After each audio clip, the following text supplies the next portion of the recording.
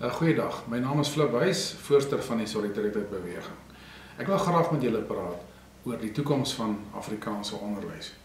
Die rede daarvoor is dat daar is in ons beweging meer as 350.000 lede wat 'n belang het by Afrikaanse onderwys, omdat hulle kinders op skool is of omdat hulle self op een of ander manier in die onderwys soos op 'n beheerliggaam betrokke is.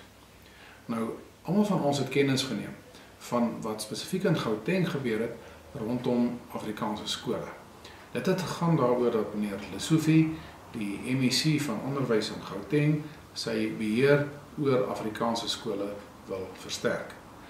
Hy is ook deur die grondwetlike hof die reg gegee om inbreuk te maak op die taalbesluite en die toelatingsbesluite van skoolbeheerliggame.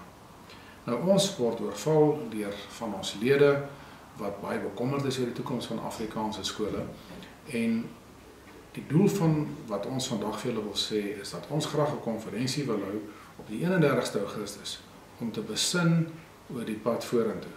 Ons sal dit nie alleen doen nie. Ons wil graag alle rolspelers op die gebied van onderwys daarbey betrek, soos die Federasie van Beheerliggame, soos die Suid-Afrikaanse Onderwysunie en ander rolspelers, om saam te besin oor wat presies is die bedreiging vir Afrikaanse skole en wat daaraan gedoen kan word. Ons wil graag kyk na korttermyn, mediumtermyn en langtermynplanne in die verband.